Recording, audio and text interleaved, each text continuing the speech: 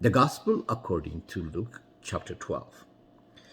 Meanwhile, when a crowd of many thousands had gathered, so that they were trampling on one another, Jesus began to speak first to his disciples, saying, "Be on guard against the yeast of the Pharisees, which is hypocrisy. There is nothing concealed that will not be disclosed, or hidden that will not be made known. What you have said in the dark will be heard in the daylight, and what you have whispered in the ear in the inner rooms will be proclaimed from the housetops. I tell you, my friends, do not be afraid of those who kill the body and after that can do no more. But I will show you whom you should fear. Fear him who, after the killing of the body, has power to throw you to hell. Yes, I tell you, fear him. Are not 5 sparrows sold for 2 pennies?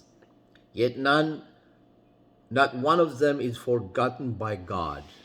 Indeed, the very hairs of your head are all numbered. Don't be afraid, you are worth more than many sparrows.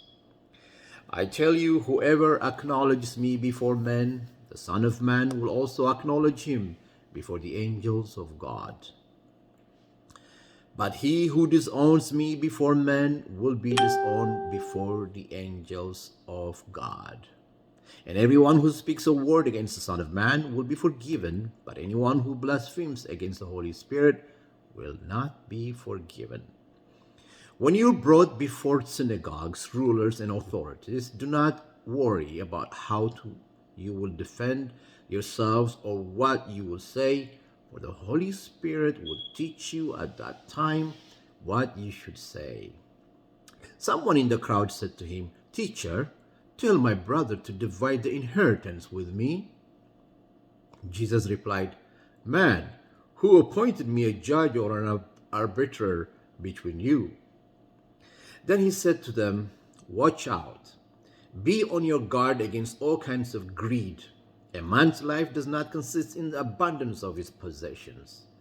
And he told them this parable. The ground of a certain rich man produced a good crop. He thought to himself, "What shall I do? I have no place to store my crops." Then he said, "This is what I will do. I'll tear down my barns and build bigger ones, and there I will store all my grain and my goods. And I'll say to myself, you have plenty of good things laid up for many years. Take life easy, eat and drink, and be merry."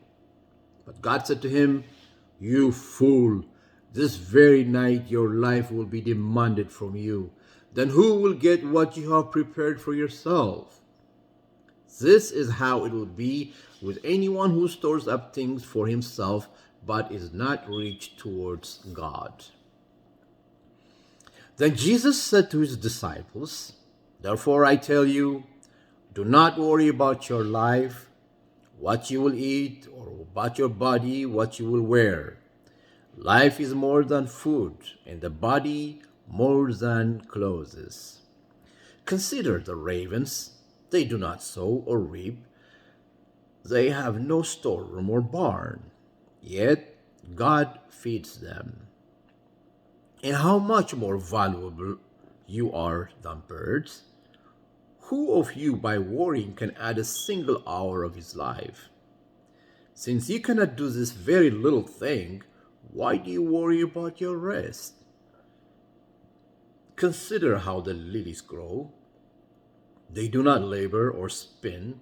Yet I tell you, not even Solomon in all his splendor was dressed like one of these. If that is how God clothes the grass of the field, which is here today and tomorrow is thrown into the fire, how much more will he clothe you?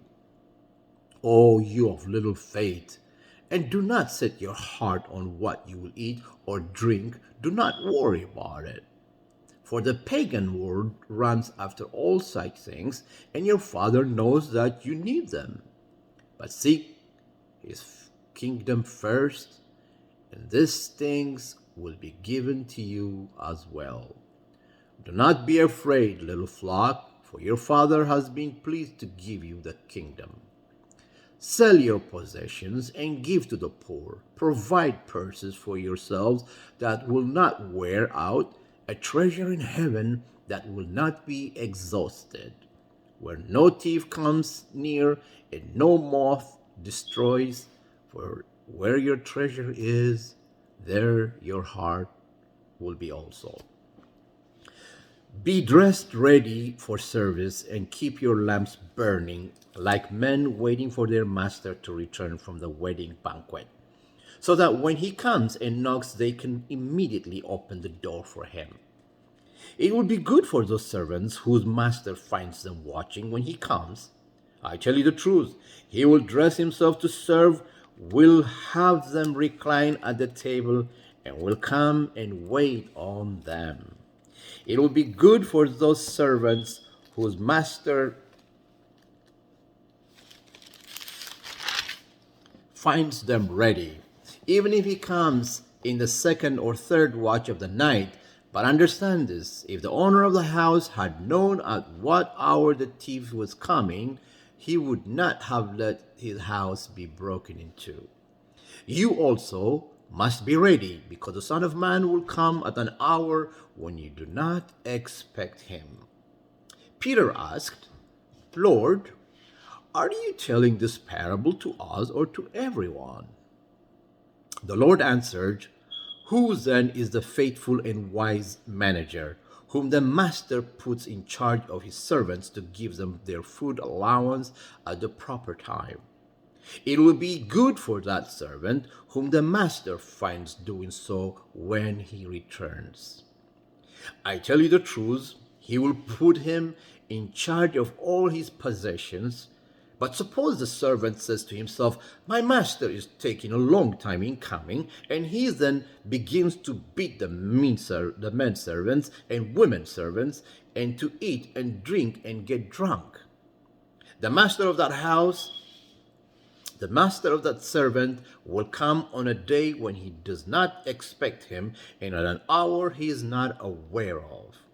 He will cut him into pieces and assign him a place with the unbelievers. That servant who knows his master's will and does not get ready or does not do what his master wants will be beaten with many blows. But the one who does not know and does things deserving punishment will be beaten with a few blows. From everyone who has been given much, much will be demanded, and from the one who has been entrusted with much, much more will be asked. I have come to bring fire on the earth, and how I wish it were already kindled. But I have a baptism to undergo, and how distressed I am until it is completed. Do you think I came to bring peace on earth? No, I tell you, but division. From now on, there will be 5 in one family divided against each other, 3 against 2, and 2 against 3. They will be divided, father against son, and son against father, mother against daughter, and daughter against mother, mother-in-law against daughter-in-law, and daughter-in-law against mother-in-law. He said to the crowd, When you see a cloud rising in the west, immediately you say, It's going to rain, and it does. And when you see the south wind blows, you say, It's going to be hot, and it is. You hypocrites, you know how to interpret the appearance of the earth and the sky. How is it that you don't know how to interpret the present time? Why don't you judge for yourselves what is right? As you're going with your adversary to the magistrate, try hard to be reconciled to him on the way, or he may drag you off the judge, and the judge turn you over to the officer, and the officer throw you into prison. I tell you, you will not get out until you have paid the last penny. I tell you, you will not get out until you have paid the last penny.